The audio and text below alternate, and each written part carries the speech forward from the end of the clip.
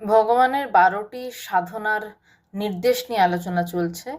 আজকে আমরা এসে দাঁড়িয়েছি সপ্তম সাধনাতে, সপ্তম সাধন নির্দেশে 12টি সাধনার মধ্যে এই নির্দেশটি পড়ে প্রথম পড়েছিলাম 12 বছর আগে প্রথম পড়েছিলাম।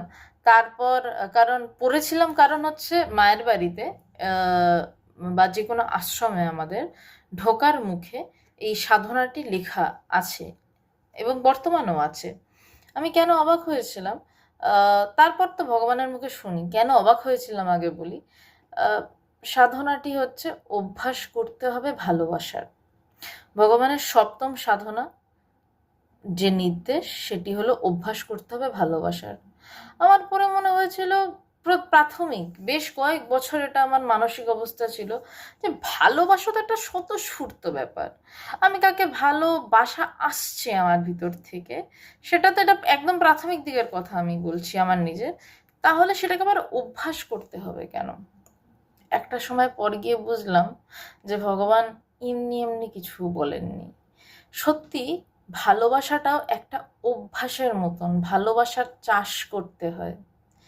আমি আমার কাউকে দেখে ভালোবাসা আসছে সেটা তো স্বতঃস্ফূর্ত, কাউকে দেখে ভালোবাসা আসছে না সেটাও স্বতঃস্ফূর্ত। ভগবানের নির্দেশটা আসলে দ্বিতীয়ের জন্য, যে তুমি অভ্যাস করো যে কোনো প্রকারে যে কোনো অবস্থায় মানুষকে দেখে ভালোবাসার। তোমার ভিতর থেকেই অভ্যাসটা আসুক যে সে যেমনই হোক, যেরকমই হোক, আমি আগে তাকে ভালোবাসবো, তারপর তার যেই গুণাবলী মনে হচ্ছে যে এইগুলো তার জন্য ক্ষতিকারক বা এইগুলো সমাজের জন্য ক্ষতিকারক বা তার সব থেকে বেশি প্রথমে তার নিজের জন্য ক্ষতিকারক, তারপরে সেগুলো নিয়ে ভালোবেসে আলোচনা করো। সুতরাং ভালোবাসাটাকেও না একটা অভ্যাসের মধ্যে রাখতে হয়, যে প্রাথমিকভাবে আমার মাথায় রাখতে হয় আমি একে ঘেন্না করব না, আমি একে দুরছাই করব না, আমি একে ভালোবাসবো। তারপরে নয় আমি তাকে শোধরাবো যদি প্রয়োজন হয়, বা তর্ক করব, যদি তর্ক করে মনে হয় আমি ভুল তাহলে আমি নিজেকে শোধরাবো, কিন্তু প্রাইমারি ভালোবাসাটাকে একটা হ্যাবিটের মধ্যে আনতে হবে। ভগবান পরে একটা কথা আমাদের বারবার বলেন যে ভালোবাসার চাষ কর। তার মানে কি, যে অনেক এখন যেভাবে কথাটা বলছে হয়তো 10 বছর পর কথাটার মানে হয়তো আরো বদলাবে, কারণ গুরুর কথার অর্থ বোঝার ক্ষমতা একদিনে বা আধদিনে হয় না। আজকে আমি কথাটাকে যেভাবে বুঝছি 10 বছর পর আর এক রকম ভাবে বুঝবো, 12 বছর আগে একরকম বুঝেছিলাম, আহ, আবার হয়তো 20 বছর পরে আরো অন্যভাবে কথাটা বুঝবো। এই মুহূর্তে যেটা বুঝছি সেটা বলছি। প্রথম কিছু দেখলে, কোনো মানুষ বলে নয়, একটা পিঁপড়েকেও দেখলে বা কিছু দেখলে আগে ভালোবাসুন। হ্যাঁ, তা বলে একটা সাপ আপনাকে ছোবল মারতে আসছে তখন যদি ভালোবেসে বলেন আহা ছোবল মারুক, সেটা কোনো কথা নয়। সেইটা আপনাকে আবার বুঝে নিতে হবে যে যেখানে আপনি মরে যাবেন না, বা আপনার মাথায় কেউ একটা লাঠির বাড়ি মেরে দিয়ে চলে গেল বললেন আহা ভালোবেসে মারুক না, না, নিজেকে আত্মরক্ষা করে, এবং তাকে যদি আঘাত করতেও হয়, যদি নিজের আত্মরক্ষার্থে তাকে আঘাত করতেও হয়, ভিতরে যেন এই ভালোবাসাটা থাকে, ইস মারলাম। এইটা কিন্তু একদিনে আসে না, এটা আমি বুঝেছি। দীর্ঘ এই কথাটা একটু ধরতে পারার ভগবানের কৃপায়, একটু ধরতে পারার পর অন্তত 10 10 বছর তো সময় লেগেছেই। এখন যেটা বলছি, যে একটু ভালোবাসাটাকে নিজের ভিতরে অভ্যাস করতে করতে ভালোবাসাটা স্বতঃস্ফূর্ত আসে। হয়তো আত্মরক্ষার্থে আমি তার সাথে বাজে ব্যবহার করছি, হয়তো তার আদর্শের জন্যই আমি হয়তো মিসবিহেভ করছি, কিন্তু ভিতরে কোথাও একটা ভালোবাসা থাকে যে ইস এরকম না হলেই তো হতো। এবং জেনে রাখবেন, এই যে আপনি তার সম্পর্কে ভালোবাসার চিন্তা করছেন, এটাই আপনার নিজের জন্য অনেক, এবং তারও একটা মঙ্গল চিন্তা।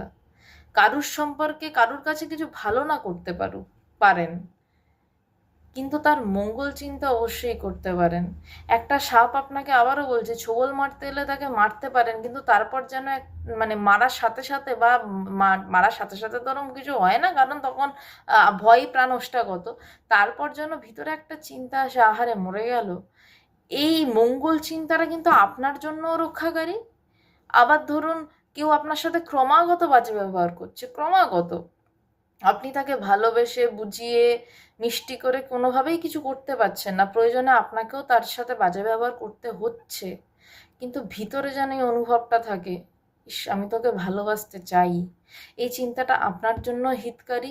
একদিন দেখবেন এই চিন্তাটা তাদের ভিতরেও কোনোভাবে সূক্ষ্ম তরঙ্গাকারে আঘাত করেছে। এবং এটা আমি যে শুধু মুখে বলছি তা নয়, আমি নিজে হোস্টেল জীবন যাপন করেছি। আমি হোস্টেলে তো বুঝতেই পারছেন যে অনেক ধরনের অনেক মানুষ থাকে, সবার সাথে মতের মিল হয়, সবার সাথে সব কিছু হয় তা নয়। সুতরাং অনেক বিরুদ্ধ মুখের পরেও একবার একজন আমাকে খুব ইম্পর্ট্যান্ট একটা কথা বলেছিলেন, তখন আমি একদম নতুন, খুব একটা মিশতে পারছি না, কারণ সবই আধ্যাত্মিক জগৎ থেকে গিয়ে আর সারা জীবন বাড়িতে একা থেকেছি, মানে বাবা মার সাথে একা থেকেছি, হোস্টেলে 4 জনের একটা রুম। তো আমাকে একজন বলেছিলেন যে তুই ওদের মঙ্গল চিন্তা কর। একটা সময় কিন্তু তারা আমার পরম বন্ধু হয়ে গেছিল এবং তারাও আমার এই আধ্যাত্মিক পথের কিছুদিনের জন্য হলেও শরিক ছিলেন। এবং গোটা হোস্টেল জীবনে তারা আমাকে আধ্যাত্মিকতায় কোনোদিনও বিরক্ত করেননি, উল্টে তারা আমার সহায়ক হয়েছিলেন। এবং কারোর সম্পর্কে যদি মঙ্গল চিন্তা করি বা একটা ভালোবাসার চিন্তা, সেটা একদিনে আসে না, বারবার বলছি। প্রথমে আগে রাগ উঠবে, তারপর সেটাকে বদলাতে হবে, না আমি ওকে একটু ভালোবেসে দেখি, এই করতে করতে এটা স্বতঃস্ফূর্ত হয়। যাকে স্বতঃস্ফূর্তভাবে ভালোবাসা যায় তো যায়, যাকে যায় না তাকে ভালোবাসার অভ্যাস করতে হবে। আজকে এটা সপ্তম সাধনা, আমি প্রথম থেকে সাধনাগুলো একবার বলে দিই।